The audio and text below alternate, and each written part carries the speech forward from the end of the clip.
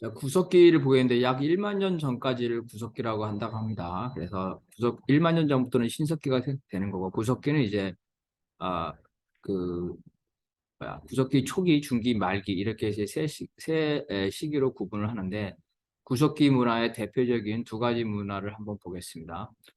올도안 문화인데요. 이 올도안이라는 이름은 이제 탄자니아 올드바이 협곡에서 나왔고 이런 올도안 문화를 대표하는 도구들이 1930년대에 발견됐답니다. 그래서 올드한 문화의 특징은 딱딱한 망치로 때려 여러 가지 찌개에 그 돌로 된 찌개를 만들었다는 거죠. 이거 석기문화입니다. 여기서 뭐냐면 첫 번째 딱딱한 망치를 만들었다. 도구를 만들었다는 거죠. 도구를 위한 도구, 도구를 위한 도구. 그리고 이제 그 도구를 먼저 만들고 그 다음에 뭐 사냥을 하기 위한 날카로운 돌들을 만들었다. 이것들이 그래서 이제 딱딱한 망치니까 일종의 자갈 도구를 만들었다는 겁니다. 약 250만 년 전, 뭐 오스트랄로피테쿠스라고 볼 수가 있겠죠. 그래서 약 2만 년 전까지 계속했다는 거고, 오스트랄로피테쿠스의 가능성이 제일 높고요.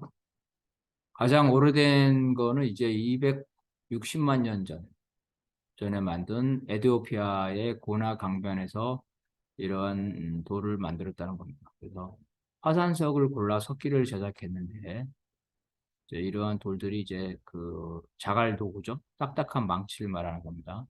일반 일반 돌덩이와 자갈과 구별하기 어려운 수가 있습니다. 근데 이것들은 이제 전문가가 들은 볼 수가 있다고 합니다.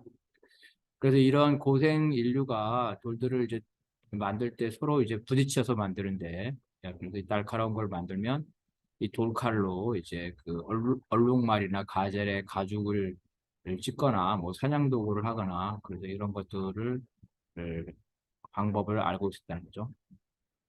일반 사람들은 이런 이제 그 이 자갈 도구나 이런 것에 대해서 파악하기 힘든데 이런 다른 돌도끼하고 돌멩이하고 구분하기가 쉽지 않답니다. 근데 이제 특징이 있는데 돌과 돌을 부딪혀서 만든 돌 조각의 경우에 부딪힌 지점의 바로 옆에 충돌구라고 부르는 독특하게 부푼 흔적을 식별할 수 있다는 겁니다. 그래서 이것이 있을 경우에 전문가들은 이제 이것을 확인하고 자연적 충돌이나 물의 작용으로 생긴 돌멩이와 구분하고 이거는 원시인이 만든 인공의 석기라고 알 수 있다는 겁니다. 올드한 도구의 전통은 고고학 기록이 알려진 최초의 제작품 도구란 거죠. 그래서 이런 도구들을 활용을 해서 이러한 사냥, 날카로운 걸로 커다란 짐승까지도 사랑을 했고, 물론 이제 식물도 채취를 했고, 메모드는 이제 약 1만 년 전에 사라졌답니다. 근데 크기는 아시아 코끼리 정도의 크기라는 겁니다. 또 하나는 이제 그 한국에 있는 석장리 박물관인데요. 여기에서 나온 설명을 한번 보겠습니다. 그래서 구석기 이 시대의 유물이고요. 그래서 동굴 생활이라든가 곰을 사냥한 흔적들, 막집 등들이 있습니다. 그리고 열매 채집이라는 것도 풀뿌리, 고기 잡는 거, 그 다음에 벽화까지 있었다고 합니다. 그래서 이런 것들을 전시하고 있습니다. 처음에는 그 옷도 없어서 그 넓은 나뭇잎이나 풀을 엮고 몸을 보호를 하다가 이제 사냥 기술이 발달을 해서 짐승의 가죽을 벗길 수 있는 수준이 되자 짐승의 가죽으로 옷을 만들었다. 중기 구석기에는 이제 이러한 그 대형 동물까지 사냥을 했는데 주로 이제 덫이나 함정을 이용해서 사냥하거나 아니면 물이 지어서 협동을 하면서 이런 돌이나 도끼 아니면 날카로운 돌칼 등으로 사냥을 했습니다. 후기 구석기에서는 날카로운 돌칼이죠. 돌칼이 그래서 돌창이나 뭐 돌칼 이런 것들이 되면서 창과 같은 도구를 사용하면서 이와 같이 여러 명이 필요 없는 큰 짐승은 여러 명이 해야 되는데 혼자서도 사냥을 할 수 있게 되죠. 그래서 좀 사슴이나 토끼, 오소리와 같이 이렇게 약하고 순한 짐승들을 혼자서도 사냥할 수 있게끔 했다는 겁니다. 또 작살이나 낚시바늘을 이용해서 물고기를 잡고 뭐 식물 채집은 구석기 시대부터 쭉뭐 해왔던 거고 날이 추워지면 이제 동굴이나 바위근 같은 곳을 처음에 찾아서 생활을 했죠. 그러다가 이제 들판이나 이런 강가에 가서는 피할 데가 없기 때문에 이제 뭐 천막, 막집이나 움집을 지고 살았다는 게 이 구석기 유적에서 확인됩니다. 신석기에 근접할수록 좀 더 이제 주거 부분이 좀 더 정교해지게 되면서 오두막 형태, 좀 더 발전된 천막 형태를 지고 살았죠.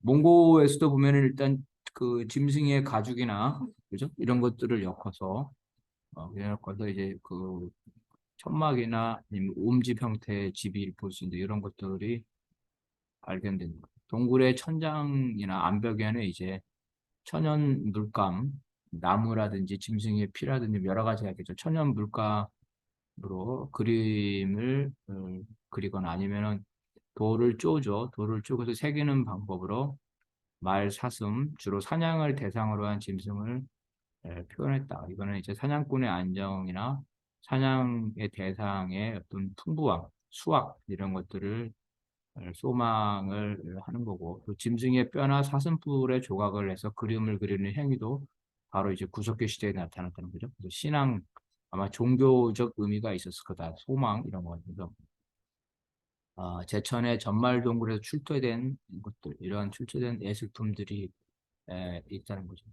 그 사람의 형상을 한 그러한 예술품들이 6만 6천 년 전에 구석기 시대죠. 구석기 시대. 그래서 중기 구석기 시대부터 인류가 예술 행위를 해왔음을 알 수 있다는 겁니다.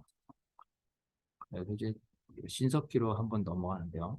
개괄을 한번 해보겠습니다. 이제 그 오스트랄로피테쿠스 이런 뭐 네안데르탈 이런 것들이 다 이제 사라지고 오늘날 현생인 호모 사피엔스만 남았다 그러죠. 그래서 이 호모 사피엔스가 홍적세의 마지막 빙하기가 끝난 작 1만 년 전에 결국은 이제 그 다른 종들을 물리치고 지배적인 사람 종이 됐었고 약 1만 명 이하로 추정한다. 1만 명 이하가 전 세계에 퍼졌으니까 이 유전자 풀이 매우 협소하다. 무슨 말이냐면 유전자 풀이 협소하다는 거는 유전자가 특성성이다. 그죠? 유전자의 풀이 협소하다는 거는 그 특징을 가지고 있다. 그 하나의 종으로 이렇게 그 규정할 수 있는 특징을 가지고 있다는 거죠. 자, 1만 년 전에 신석기 시대가 오면서 이제 점차 인류가 농사를 짓거나 이제 목축을 하였습니다. 그래서 농사 목축을 하면서 목축을 하려면 잡은 뭐랄까 야생 동물들을 키우는 거죠. 야생의 소를 키우는 거다. 농사를 하게 되면 수확을 하고 나서 어, 다 먹을 때까지 그걸 보관을 해야 되겠죠. 그러면서 이제 이런 소유나 점유에 이제 나타나게 되는데요. 점유는 그냥 자기가 몸에 지니는 겁니다. 이것이 내 것이라는 개념이죠. 이런 건 동물에게도 발견되죠. 걔들도 자기 밥그릇이나 자기 거를 자기가 지키려고 하죠. 이런 점유의 개념은 구석기 시대에 당연히 붙어 있었던 거죠.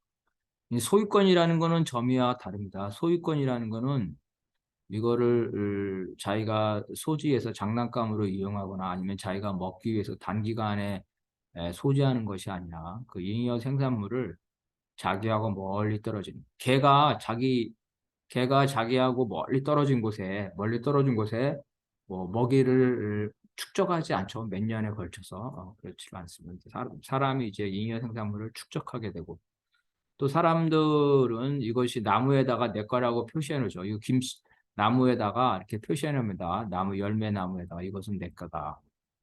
그 원시 시대도 그러겠죠. 어떤 그 사과나무 지대가 많다면 그 사과나무는 어떤 특정한 부족들의 것이다. 그래서 이런 소유는 단순한 점유와 다르다는 겁니다. 개별 공동체에 의한 생산수단의 집단적 소유가 처음 나타나겠죠. 이건 그 동네 사람 거, 그 부족 거라는 게 나타나게 됩니다. 이것이 가장 기초적인 생산 관계, 소유 관계일 거고, 이 당시에는 이제 생산력이 매우 낮죠. 그래서 낮고, 노동 도구도 매우 그 유치한 자연적인 수단이고, 그래서 집단 노동과 생산 수단의 공동 소유가 바로 이제 생산물에 대한 집단적인 소유, 이러한 것들로 되면서 아직은 개인들이 이 소유하지 못하는 이러한 상태가 됩니다. 그리고 원시인들의 경제적 평등이라는 게 일부러 평등한 게 아니죠. 원시인들이 뭐 인간성이 좋아서 서로 평등한 게 아니라 잉여 생산물이 없기 때문에 그 있는 걸 다 자기들끼리 소비하기도 부족하기 때문에 잉여 생산물을 따로 가지고 있을 수가 없었다. 그래서 자연스러운 평등이지 뭐 인위적인 평등은 아니다. 역시 마찬가지로 인간에 의한 착취나 계급의 부재, 잉여 생산물이 있어야지 그 부자와 가난한 자가 있겠죠. 근데 그렇지 못해. 잉여 생산물이 어느 한 개인은 잉여 생산물을 가지고 있겠지만 전체적인 집단으로서 그래서 뭐 쌀을 지금처럼 뭐 몇 년 동안 먹을 수 있는 쌀을 저장하거나 그럴 수가 불가능한 거라는 거죠. 그래서 결과적으로 계급도 없었고 국가도 존재하지 않았다는 거죠. 이게 신석기 시대의 어떤 원시 공동체고 그런 면에서 이거를 이제 원시 공 원시 공산주의라고 표현하긴 하는데 사실 이제 공산주의라고 표현한 거는 후대에 우리 사람들이 그렇게 한 거고 정확한 표현은 이제 원시 공동체고 이 사회에서는 아직 개인의 소유권 개념이 없었기 때문에 그걸 원시 공산주의다 이렇게 표현하다고 합니다. 근데 그 이후에 이제 청동기 시대부터 사유재산이 형성되고 계급이 생기면서 불평등이 생겨나기 시작합니다.